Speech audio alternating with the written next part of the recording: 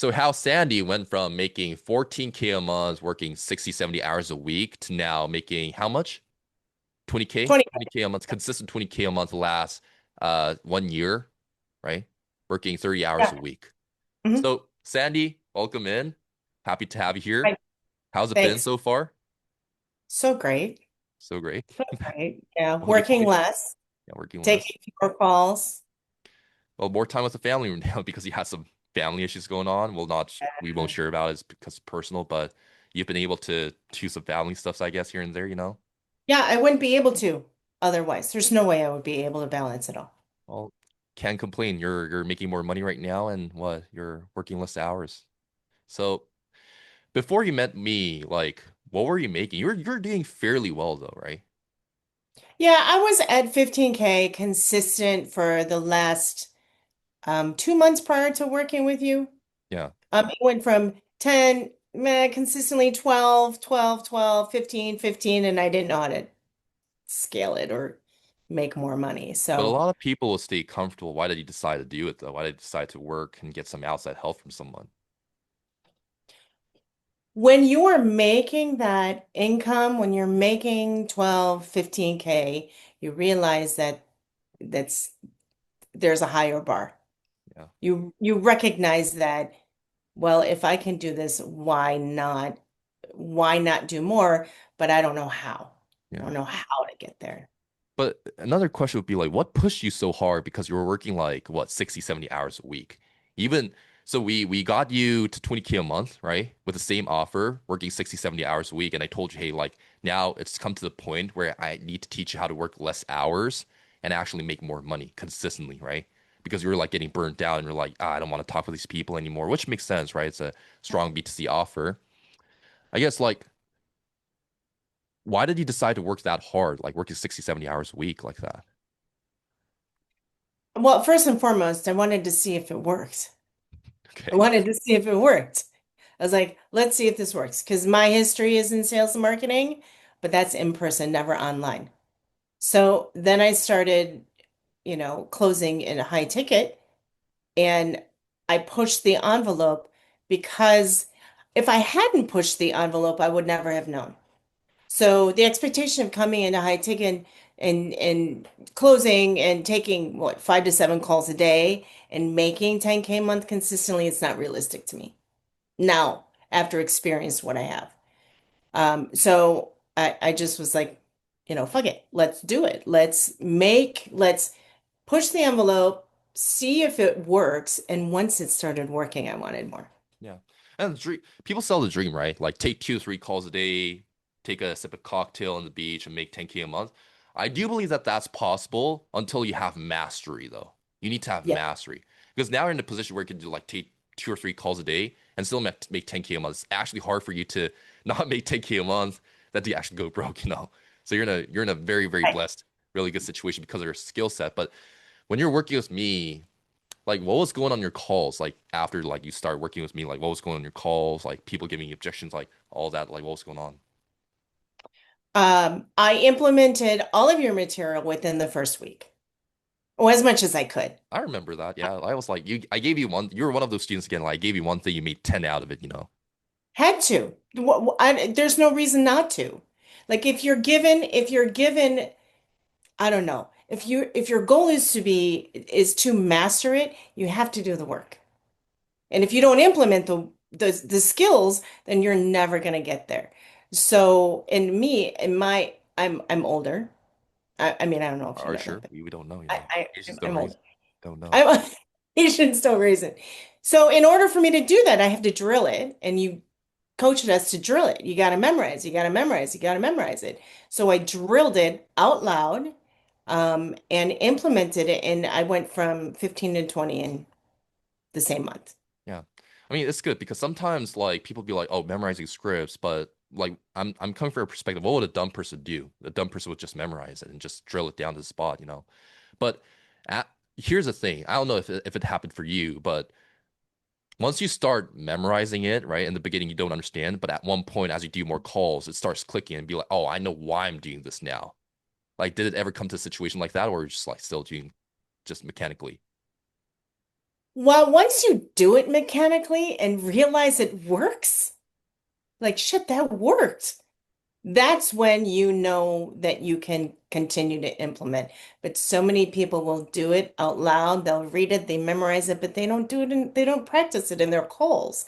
Like if you're not, if you're, and it also helps you shift the perspective because once you say it out loud, it's effective, then you're actually listening to the psychology behind it. Yeah, there we go. Right, When covert you're, influence, like manipulation. I talk about it all the time. I yeah. call it the mind bending. It's literally it feels like bending someone's mind, like playing with someone's mind in a way that really have them make decisions that they've never made decisions before. Because if you don't bend their minds, they're gonna keep on doing the same thing, right? And that's what you've been seeing in your calls. Um, what happened with your call time or objections or like people's beliefs? What was happening in the call?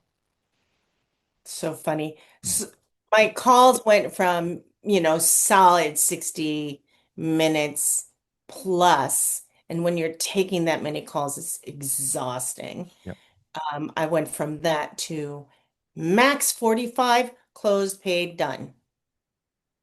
So my discoveries were reduced to maybe 10, 15 minutes pitch to 8, and then the rest was taking payment. Mostly pre-handling yeah, and discovery. And it's exactly that, the mind bending. It's shifting that perspective and getting them out of that pattern of thought that even when they're not in the call, this is the way they think. yeah, So to bend that and shift that perspective, yeah. that's what really changed What is things for one me. principle that you actually took away from me that really you just drill it down and implement the call, would you say? Listening. I've always been a good listener, Easier said but than done always, right? Listening. yeah, You gotta be a listening. better listener. Listening and tonality, slowing it down, pacing, all of those things. Because now when I train with you and I listen to your coaching calls, I listen from a different perspective of you, your pacing, even in your coaching, or how you handle even when you role play in your coaching calls is so different. So what I see is very different. What I hear is very different than your other students because I've been in it since November. Yeah. November. And that's what happens when you're I think you're the number one closer in your team consistently, right? That's what happens when you're a top performer, I guess, you know. Like you fuck all and just like do what like you just listen to the psychology behind it.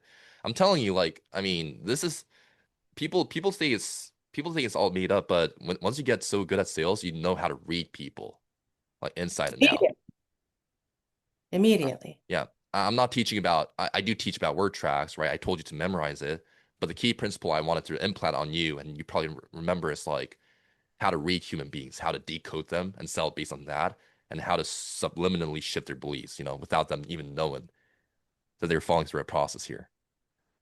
Yeah, it was all about human behavior. And I have never worked with someone who talked about human behavior. Yeah. It was always word tracks or handling objections or so it's very different perspective. Yeah. I mean, it's because what got you interested in like investing your hard-earned money on me? Because I mean, you're a mother, right? Like you want to spend it on your kids maybe or kids' college, whatever, or save it up. You decide to work with me. Like what got you to do that in the first place, though? Work ethic. You have an incredible work ethic that I knew prior to starting with you. Yeah. Because I remember you were doing like some coachings from different mentorships before. Different mentorships, and I learned some basics, but that was more about them flexing about their like, oh, this is what I've done, and I just closed someone and made 300 bucks. That wasn't what I wanted to do. Oh, okay. Yeah. I Okay. wanted to take it to the next level. You want to see how it's actually done, and like someone explaining you exact step by steps and what's been done, like the psychology of it. One thing I really respect about you is not only when you're in the coaching call, you're not coming from a place of what do I need to say, what do I need to say, what do I need to say. Yes, you did ask those questions, not coming from a place of just wanting the tactics and getting a shortcut, but you came from a perspective of why should I do this though? And then Oh, why? and then the attitude was if I explain you why, you'll be like, oh, that makes sense. And then from that on, you would be able to create your own thing from there. that's a good thing about not only just talking about tactics. I'm a huge tactic guy, but again, knowing how to maneuver principles really, right? Yeah, and the direction you come from is not. I mean, you see these calls that go hour and a half long, and people are, you know, really wanted. What do we call it? Shit. This is my old brain. People pleasing. It's not about any of that. So getting rid of that, you eliminate that completely from your coaching, and the style that you coach from is like you don't have to be in these calls because Mm. it's exhausting. Then you don't have to go down that route, and you you you actually segment it so that it's effective in a shorter amount of time. Yeah.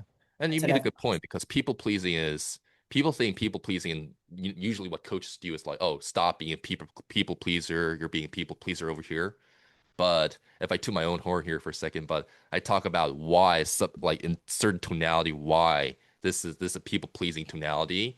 I talk about where it's coming from, the actual human beings programming, why someone's being a people pleaser, or whether it's the closer or prospect. I talk about the why. I talk about even childhood, like what's going on. And my main objective is to eliminate that, both in a tactical way, right? Talking about word tracks and how to really do tonality inflections, right? And maneuver that, but also being able to erase certain traumas or childhood to make sure that they are able to operate on a certain point as well in the call. Yeah, yeah. Well, you have to because if you don't address it and actually let it go and let that be a part of your past also, and being present in the call, that's something else that you bring, and draw that out of people so that they can accelerate their learning and get rid of all the garbage. How's life looking like right now? Complaining now? Oh man, like I can't. I hate absolutely making 20K a month, working 30 hours a week. I absolutely hate that.